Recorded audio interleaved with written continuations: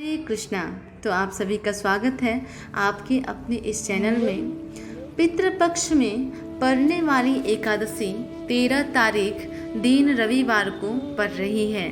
इस तरह अश्विन मास के कृष्ण पक्ष की एकादशी को इंदिरा एकादशी कहा जाता है और श्राद्ध पक्ष में पड़ने की वजह से इस एकादशी का एक नाम श्राद्ध एकादशी भी है। इंदिरा एकादशी के पितृपक्ष में पड़ने की वजह से इसका महत्व और अधिक हो जाता है। ऐसा माना जाता है कि यदि पूरे विधि विधान से इंदिरा एकादशी का व्रत किया जाए तो इस व्रत के प्रभाव से पितरों को शांति मिलती है और उनको मोक्ष की प्राप्ति होती है। इंदिरा एकादशी का व्रत भगवान विष्णु और पितरों का आशीर्वाद प्राप्त करने के लिए किया जाता है। इस एकादशी का शुभ मुहूर्त क्या है वह जानते हैं। इंदिरा एकादशी की तिथि शुरुआत 13 सितंबर को सुबह 4:13 से शुरू हो जाएगी, जिसका समापन 14 सितंबर की सुबह 3:16 पर खत्म होगा। अब पारण का समय। इंदिरा एकादशी का व्रत रखने वाले 14 सितंबर को दोपहर 12:49 से लेकर शाम 3:27 तक अपने व्रत का पालन कर सकते हैं।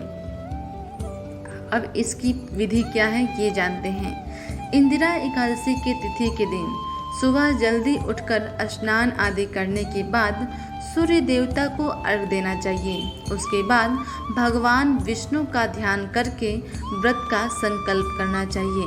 इसके बाद पितरों को याद करते हुए भगवान विष्णु की विग्रह या तस्वीर पर गंगा जल, पुष्प रोली और अक्षत चढ़ाकर भोग लगाना चाहिए। यह ध्यान रखें कि भगवान के भोग में तुलसी की पत्ते जरूर रखें। इसके बाद भगवान विष्णु की आरती और विष्णु सहस्त्रनाम का पाठ करना चाहिए। पूजा करने के बाद पितरों का श्राद्ध करना चाहिए और ब्राह्मणों को दान देना चाहिए।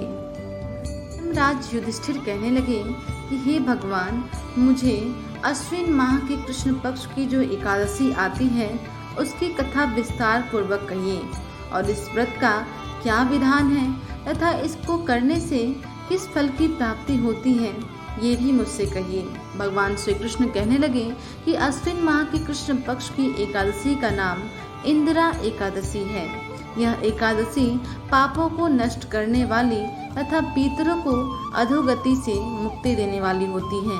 हे राजन, ध्यान पूर्वक इसकी कथा सुनो। इसके सुनने मात्र से ही वाजपेय यज्ञ का फल मिलता है। इंदिरा एकादशी की व्रत कथा। प्राचीन काल में सतयुग के समय महिष्मती नाम की एक नगरी में इंद्रसेन नाम का एक प्रतापी राजा धर्म पूर्वक अपनी प्रजा का पालन करते हुए शासन करते थे। वह राजा पुत्र, पौत्र और धन आदि से संपन्न और भगवान विष्णु के परम भक्त थे। एक दिन जब राजा सुखपूर्वक अपनी सभा में बैठे थे तो आकाश मार्ग से महर्षि नारद उतरकर उसकी सभा में आए। राजा उन्हें देखते ही हाथ जोड़कर खड़े हो गए और विधि पूर्वक आसन व अर्घ दिया। सुख से बैठकर मुनि ने राजा से पूछा कि हे राजन, आपके सातों अंग कुशल पूर्वक तो हैं, तुम्हारी बुद्धि धर्म में है और तुम्हारा मन विष्णु भक्ति में तो रहता है। देव ऋषि नारद की ऐसी बातें सुनकर राजा ने कहा, हे महर्षि, आपकी कृपा से मेरे राज्य में सब कुशल है और तथा मेरे यहाँ यज्ञ कर्म आदि सुकृत हो रहे हैं। आप कृपा करके अपने आगमन का कारण बताइए। तब ऋषि कहने लगे कि हे राजन, आप आश्चर्य देने वाले मेरे वचनों को सुनो। मैं एक समय ब्रह्मलोक से यमलोक को गया। वहाँ श्रद्धापूर्वक यमराज से पूजित होकर मैंने धर्मशील और सत्यवान धर्मराज की प्रशंसा की। उसी यमराज की सभा में महान ज्ञानी और धर्मात्मा तुम्हारे पिता को एकादशी का व्रत भंग होने के कारण देखा।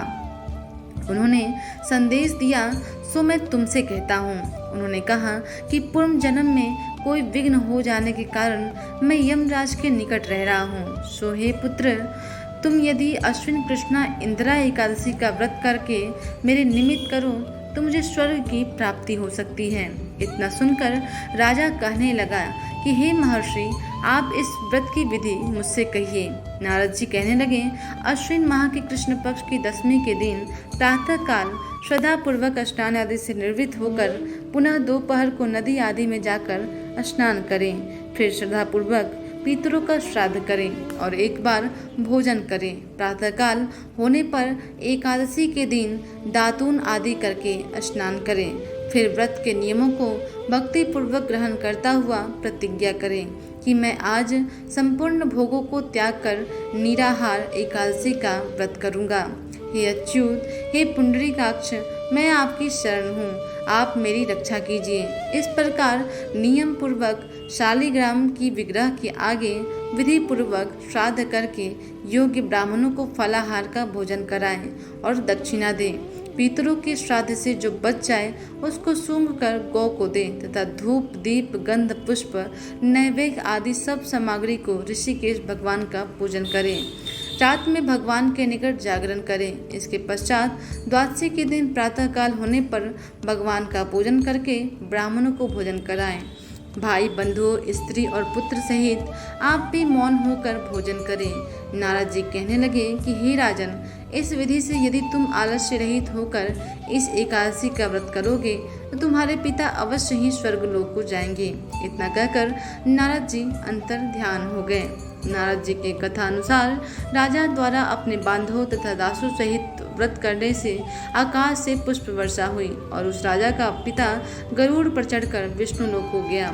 राजा इंद्रसेन भी एकादशी के व्रत के प्रभाव से निष्कंटक राज्य करके अंत में अपने पुत्र को सिंहासन पर बैठाकर स्वर्गलोक को गया। हे युधिष्ठिर, यह इंदिरा एकादशी को व्रत का महात्म्य मैं तुमसे कहा। इसको पढ़ने और सुनने से मनुष्य सब पापों से छूट जाते हैं और सब प्रकार के भोगों को भोग कर वैकुंठ को प्राप्त होते हैं। तो ये थी इंदिरा एकादशी की व्रत कथा, महात्म्य और विधि। हरे कृष्णा।